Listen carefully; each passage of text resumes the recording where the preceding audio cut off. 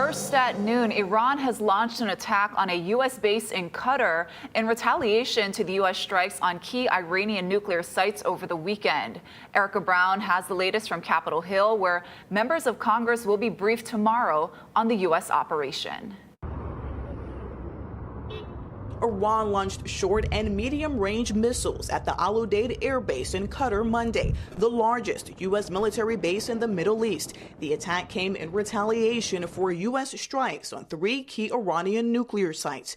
A U.S. defense official says there have been no reports of U.S. casualties. This is the home of U.S. Central Command. There are a range of critical assets at this base: drones, aircraft, and more. President Trump visited the U.S. base outside Doha just over a month ago, where he told U.S. troops this: I will never hesitate to wield American power if it's necessary to defend the United States of America or our partners. The attack happened just as President Trump was set to meet with his national security team. Diplomatic sources tell CBS News Iran's retaliation was expected and calibrated. Lawmakers on Capitol Hill are mostly divided along party lines over President Trump launching the military strikes, but one Republican says Congress needs to vote.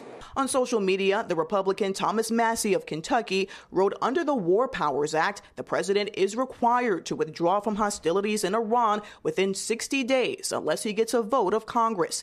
Others are standing by the president's decision. Given the situation that we're looking at right now, I'm going to give the benefit of the doubt to the president and the administration. Members of Congress are set to be briefed tomorrow on the situation. Erica Brown, CBS News, Capitol Hill. Now, this comes after Saturday's strikes by the U.S. on 3 Iranian nuclear sites. President Trump had issued a stark warning against any retaliation, saying Iran faced a choice between peace or tragedy. Meanwhile, residents in Hawaii are divided about the United States' involvement in the conflict. We spoke with a woman who says she had a friend who was forced to flee Iran when the warplanes attacked. I'm from Pakistan, but I've had family from Iran and Afghanistan that had to move out of there and immigrate to Pakistan because of things that the U.S. has done, and they haven't really reached any certain conclusion or any proof that these places do have mass weapons of destruction. I love Donald Trump. I support him, and I am glad that he is moving forward towards global peace, which looks like attacking aggressors and neutralizing them. Supporters and critics of the attack that we spoke with both seem to want peace, but they disagree on how to achieve it. An attempted murder suspect has died following an hours-long standoff at Keehi Lagoon. It all started at around 6 Sunday morning when police say a man on a boat allegedly opened fire on people aboard another vessel. Allison Blair has the details.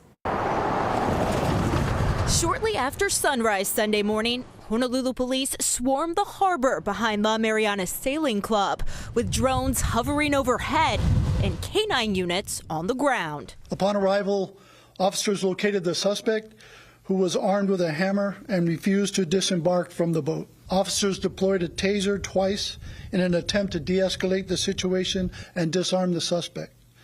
Both deployments were unsuccessful, and the suspect then barricaded himself in the hatch area of the cabin of the vessel, claiming to be armed with a gun. For nearly 6 hours, negotiators made repeated attempts to communicate with the suspect, trying to convince the man to surrender peacefully. At approximately 12:51 p.m., the suspect emerged from the hatch and pointed what appeared to be a shotgun-style firearm at multiple SSD officers who were about 15 to 20 feet away from the suspect on the pier. In response, an SSD officer discharged 1 round, striking the suspect in the cheek. Honolulu Police Chief Joe Logan said the suspect, whose name has not yet been released, remained on board the vessel, refusing medical treatment. During this time, the suspect was observed attempting to inflict self-harm. Shortly thereafter, SSD officers were able to secure the suspect and render immediate medical aid. Medics rushed the suspect to the hospital, where he was pronounced dead. This is an unusual situation. Michael Parker has worked in the harbor 25 years. It's a very small community, and that dock right there in particular was where some of the people that have been there for a long time were. My understanding is it's not his boat, but I believe he was in the process of looking to purchase the boat. And that's Allison Blair reporting. Now, this marks the first officer-involved shooting for the Honolulu Police Department this year. We're told the officer who fired his weapon has been with HPD for 20 years. He is now on administrative leave, which is standard procedure. As for the suspect, police say he has 6 felony convictions. It's unclear what those convictions are for. Meanwhile, HPD has opened an attempted murder investigation after an officer was allegedly hit by a stolen vehicle on Saturday morning. Police say the 20-year-old suspect was seen committing a traffic violation driving into Kamehameha Shopping Center in Keehi. When officers approached the stopped vehicle, we're told it then accelerated, hitting an officer on the leg. He was not seriously hurt. Now, the abandoned Jeep was found about an hour later on North Nimitz. The suspect wasn't located until Saturday night in Waikiki when he was arrested. He now faces an attempted murder of a law enforcement officer charge. A 19-year-old Kona man was sentenced to 8 years in prison for possession and distribution of child pornography. Court documents reveal Dominic Roberts was part of an online group that stalked and extorted teenagers, forcing them to create explicit content. Roberts will be required to register as a sex offender. A new unit to fight crime on agricultural land is gaining support from farmers and ranchers. The Department of Law Enforcement met with some of them on Sunday to discuss the effort. It's starting off as a pilot program with 4 officers on Oahu's North Shore and 4 more on Hawaii Island. This comes after ranchers and farmers have been pushing for more law enforcement resources for years. Farmer Keehi Lagoon is one of those advocates who supports Senate Bill 1249, which established the unit. Her nephew, 39-year-old Cranston Pia, was shot and killed last year when he confronted a group of hunters trespassing on his property. His memory is going to live on. His name doesn't stood Pia's law. His name is not going to be forgotten. And this auntie is not going to let it fall upon blind eyes and deaf ears again. This auntie has been fighting a long time. Governor Josh Green is expected to sign the bill. The department is confident that lawmakers may expand the unit in the future.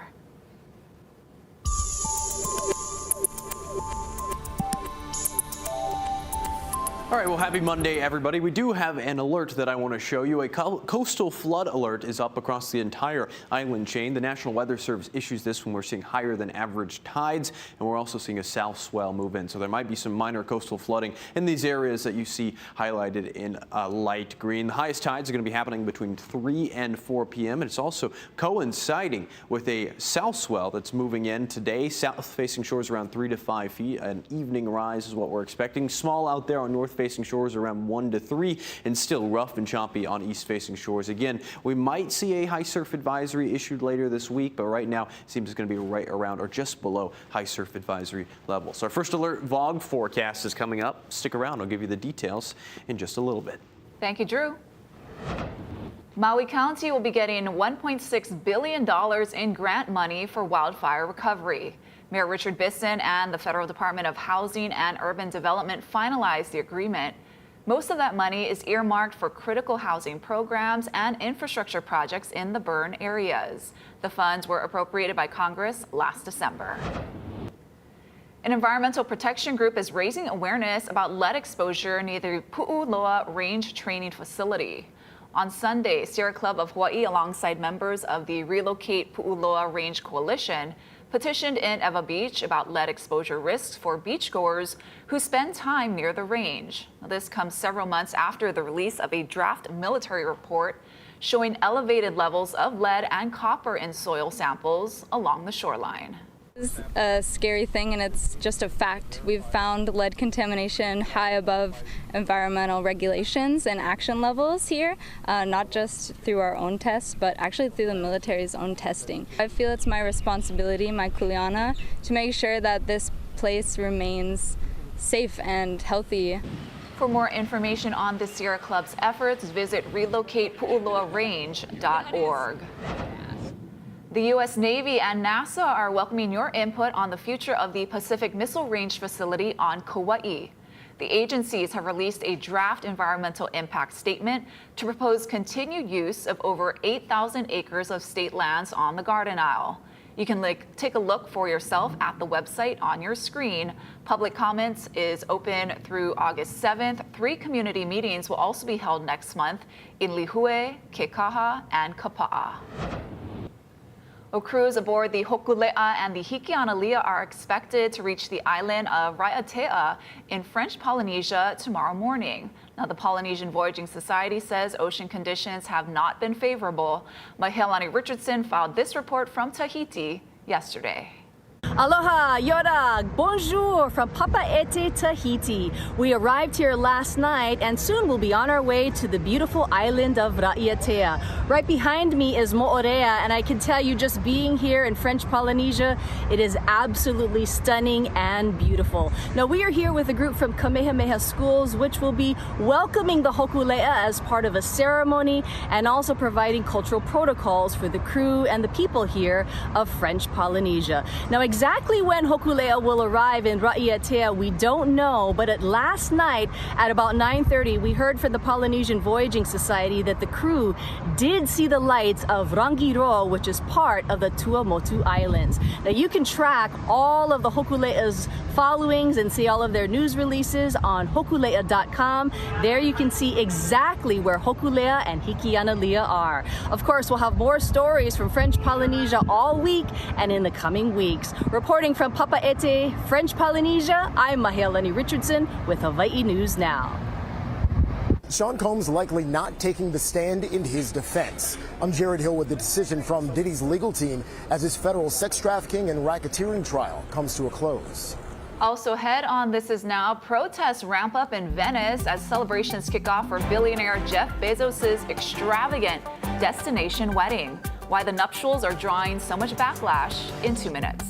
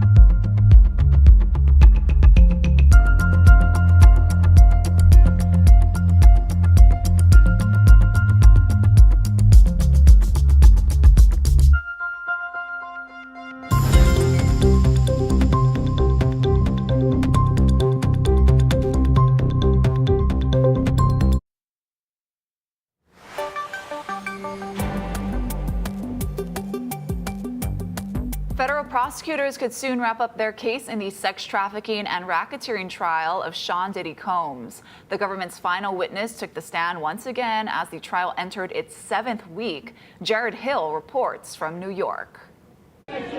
Federal prosecutors' final witness in Sean Diddy Combs' trial back on the stand. Homeland Security Special Agent Joseph Churchill continued to detail evidence against Combs, including travel records and hotel invoices connected to the so-called freak-offs at the center of the case. Monday, jurors were also shown more explicit footage of the encounters involving the woman known to the court as Jane. She'd previously told the panel she did not like participating in the sex marathons with male escorts orchestrated by Combs. Last week, the government called Brendan Paul to the stand. He detailed under immunity that part of his job as Diddy's former personal assistant was to help facilitate the illegal activity by setting up hotel rooms for the freak-offs and stock them with baby oil and drugs. The defense has indicated it will wrap its case this week without calling any witnesses to the stand, signaling Sean Combs will not take the stand in his own defense. I think this may be a wise strategy. David Shapiro is a former Essex County assistant prosecutor and professor at John Jay College of Criminal Justice. We have, well, sometimes these acts were coerced, apparently, and sometimes these acts were consensual, apparently. What is he going to reiterate? Supporting his self-interest and say, no, everything was consensual. He may then impair his own credibility. Combs was arrested in September on charges of sex trafficking, racketeering, and transportation to engage in prostitution. He's pleaded not guilty. Closing arguments could come as early as Thursday before the case goes to the jury. Jared Hill, CBS News, New York. One of the world's richest men, Amazon founder Jeff Bezos, is getting ready to say "I do" in one of the world's most romantic cities. But not everyone is feeling the love. Many who call the Italian city of Venice home worry the celebrity spotlight will steal attention from the city's real struggles. Tina Kraus has more. When it comes to dreamy destinations for a wedding, few can top Venice. It's where billionaire Jeff Bezos will marry former TV anchor Lauren Sanchez this week. Una Disneyland. Our city is becoming Disneyland with these celebrity events, this Italian says, but I'm not against it. It brings in money. Others aren't so quick to roll out the welcome mat for the couple, and some 200 VIP guests expected to party on Bezos' $500 million super yacht for 3 days of festivities. The problem is not the wedding. The problem is the system. We think that one big billionaire can't rent a city for his pleasure. Activists are calling on the wealthy tech giant to pay his fair share, saying if you can rent Venice for a multi-million-dollar wedding, you can chip in to help preserve it. This is exactly right. If you can afford to shut down a city for a wedding, then yes, you can pay more taxes, and yes, you can help out people in the world that need it. Protesters say there's no space for Bezos in one of Europe's most overrun tourist spots and have vowed to make his wedding a wake-up call for the toll all that traffic is taking on Venice. Tina Kraus, CBS News, London. All right, and stick around. Your island by island forecast is coming up after the break. We've got weaker winds over the next couple of days after a particularly windy weekend.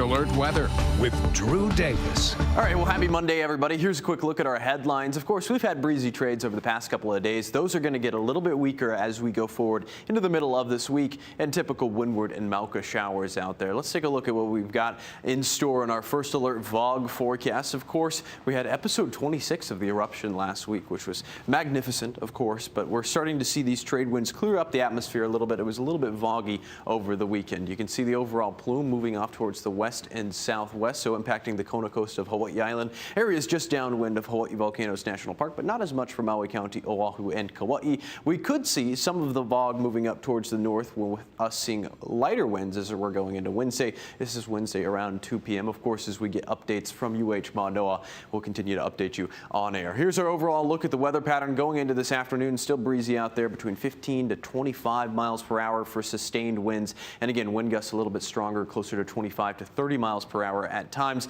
Tomorrow afternoon, a little bit weaker. And as we're going into Wednesday, winds will be even weaker, closer to 10 to 15 miles per hour. Still overall easterly flow out there. Our island by island forecast. This is actually, it says Monday up in the top left of the screen, but it's actually for tomorrow. Morning showers likely, partly sunny conditions. Oahu, isolated showers and mostly sunny. 87 in town. A little bit of cloud cover over Oahu tomorrow. East northeasterlies between 15 to 20 miles per hour. Sunny over parts of Maui County. 83 in Kaunakakai. And then moving over to Honolulu around 87, 86 in Keehi. So a little bit warm out there. Still breezy. Winds are going to be getting weaker. Some afternoon pop-up showers are possible over near Kona tomorrow. Partly sunny and some south-southwesterlies closer to 10 miles per hour.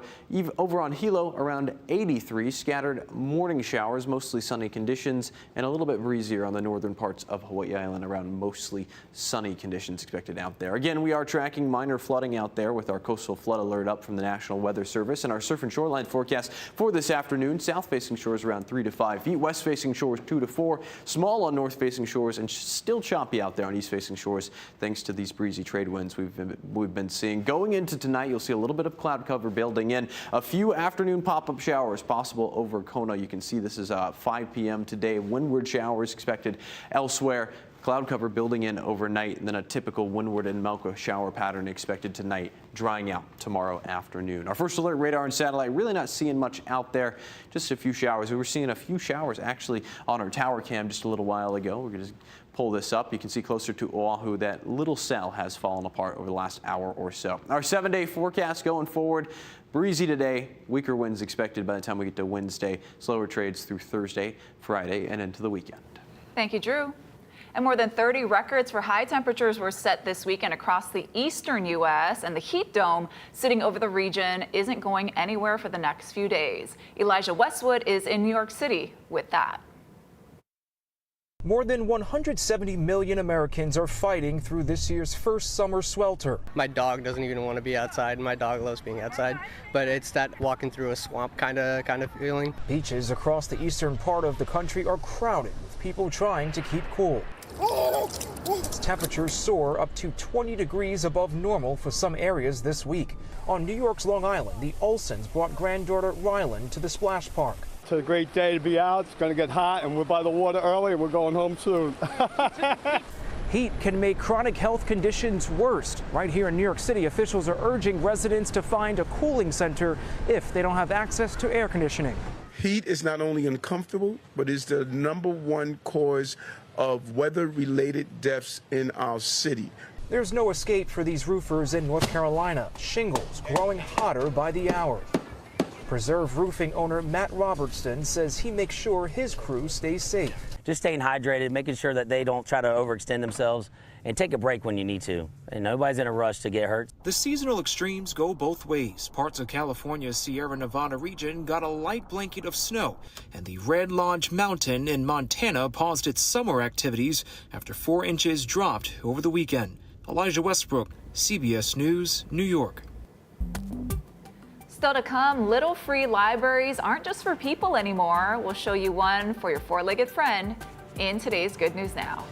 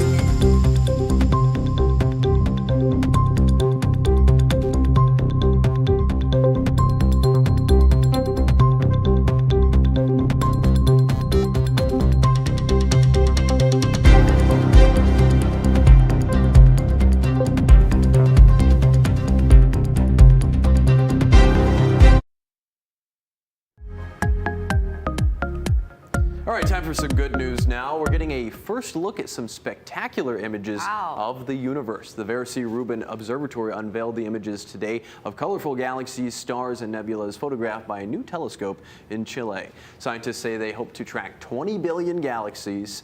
The telescope scans the sky about 10 to 100 times faster than existing telescopes. And scientists also say it will capture more information about our universe than all telescopes throughout history combined. So pretty neat. There's no way we're alone. Yeah. Alien theories with Ashley. And a unique library in Maine doesn't have books, and it's not for people. Yeah, this one is creating positive vibes. Check this out. It's a dog library, and it's stocked with free toys for pets. Each pooch can pick out a ball or a stick or both, and it's also an opportunity to make connections between their people. Teddy loves it. Teddy loves it. He chases the ball by. Ready? Look at it. The tennis ball is Izzy's favorite toy in the world, hands down. So she is in heaven. The beach, which is open sunrise to sunset, is resupplying the dog library with sticks and tennis balls regularly so your dogs can play fetch and you don't have to worry about bringing the toys back. Do you think the dogs know about the aliens?